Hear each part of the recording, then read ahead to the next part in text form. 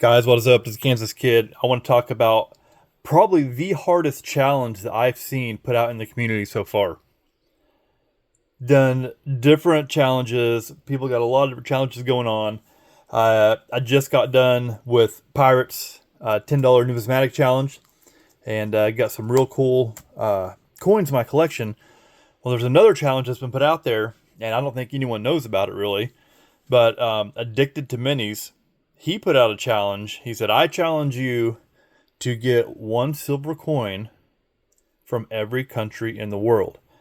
Now, there are there are a lot of countries in the world. Now, I have watched Addicted to Minis for a long time, and I have seen he has a very long going series, coins around the world. And truth be known, he's probably already got the challenge done. He probably already has everything. I mean, if not, he's probably missing a few. So I don't know if it was stemmed off of Pirates Challenge, but for me, it kind of was. Like I said, I've been watching Addicted Minis for a long time, and he kind of got me into looking at silver coins from other places. Some of these, you can find below melt. Very cool, a lot of history.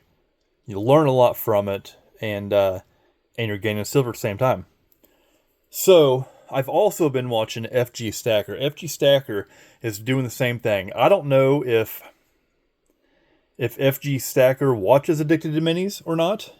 I know Pirate does, but I don't know if they're kind of on the same thing going on, or I don't even know if Addicted to Minis watches FG. But anyway, what he did was he put this challenge out. I challenge everyone to see if they can put together one silver coin. It's got to be silver from every country.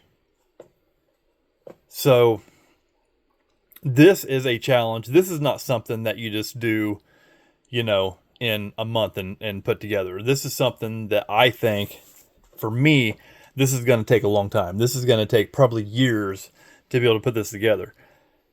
There's a lot of research you got to do, and then you have to find them. Right? So I like the idea of this, and I think I'm going to go for it. I've done a little bit of research. I've got a little bit of information going on here that is going to get me started. What's cool is doing Pirates Challenge. I've already got a good jump start. From his $10 numismatic challenge, I've got a good jump start from, because all that was silver. Everything I bought from Pirate was silver for the challenge. And so I've got stuff from Switzerland, Portugal, Ireland, Fiji, Philippines, Canada, Australia. So I've got a little bit of a jump start. I printed off.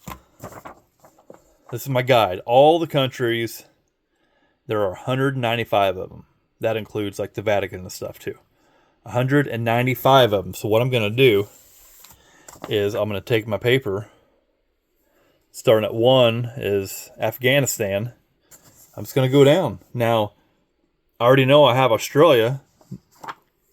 That's number 9. So I'm just going to take my my pen, mark it off just like that.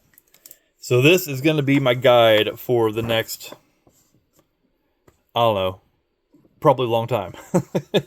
But, I started out, collecting coins, when I was younger. And I started out, doing books. And I still have all my books of all the pennies and quarters, nickels, dimes, mercury dimes, doing all these books. And I loved doing that whenever I was a kid. So this, gets me back to collecting and searching stuff out and doing research on stuff that, kind of like when I was a kid. It's exciting to do. When I was doing Pirates Challenge, I love doing it. I love going out and finding pieces. It was exciting to me. And when you find a cool piece, you're real happy about it. I said that I was going to take this book, continue to buy, and fill it all up, with foreign silver currency. I'm only buying silver. So that is, I scored another Balboa. So that's what I'm gonna keep doing. They have to be silver. I don't care if they're 10%, 40%, 64% sterling. It doesn't matter. That's what I'm going to do. So, Addicted Minis, I'm going to take your challenge, man. And this is something I'm going to work on. FG Stacker, I'm watching your stuff also, man, because he's doing the same thing. He's got an amazing collection going on. I've been enjoying watching him, and I want in on it. Some of these awesome pieces are showing. Now, this is something that's just like so the last big collection I worked on was my Franklin $50 collection. When I got all the slabbed mint state Franklin $50, all slabbed mint state. I was going for something specific. So now, I mean, I've got some other stuff I'm working on, but this is like, I've got my bullion I'm working on, some of the vintage stuff, but this is like a side project that's really cool. I'm liking this because I'm going to learn a lot from this. Next thing is, on top of learning a lot and doing research on all these countries, I've got to find out first, are there any countries that did not ever produce a silver coin?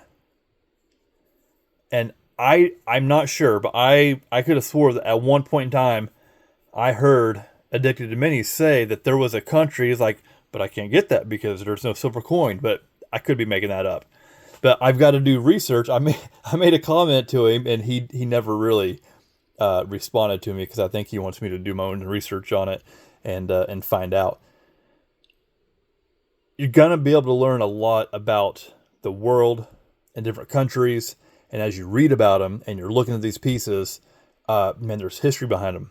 Who's on it? Why is there a ship on there? Why does this crest have certain things on it? What does it mean? And I'm really gonna enjoy doing that. As I take trips and as I travel and do stuff, I can go to different shops and always keep my eye out for something. And and a lot of these. Now, some of them I've looked at already, and they can get expensive, but a lot of these, you can get silver pieces from around the world, and you can get them under melt, and they're not expensive. Not expensive at all. Guys, this whole book that I did with Pirate, I've got some nice coins in here. I didn't spend more than $10 per coin. Sometimes I got a few. Like this one here was $4.50. This one was $2.25, so I probably bought those together or something. And you can still pick up silver. Cool history. It's collecting, and I like having a list, and I like marking stuff off of it. I like to see that collection grow, and that's something that'll be really fun.